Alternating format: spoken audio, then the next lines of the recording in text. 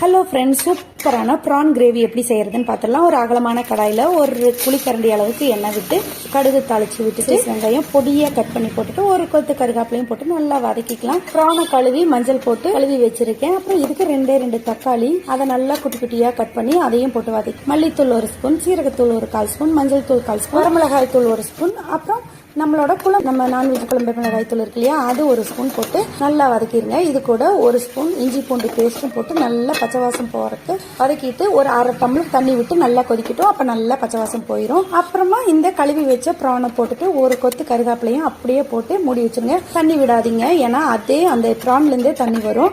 நல்லா திரட்டி விட்டு நல்லா மூடி வச்சு தண்ணி ஊத்தாம பரட்டி எடுத்துக்கோங்க. உங்களுக்கு எந்த ஸ்டேஜ்ல வேணுமோ அந்த அளவுக்கு நீங்க பரட்டி எடுத்தா போதும். உப்பு காரம் எல்லாம் டேஸ்ட் பாத்துக்கோங்க.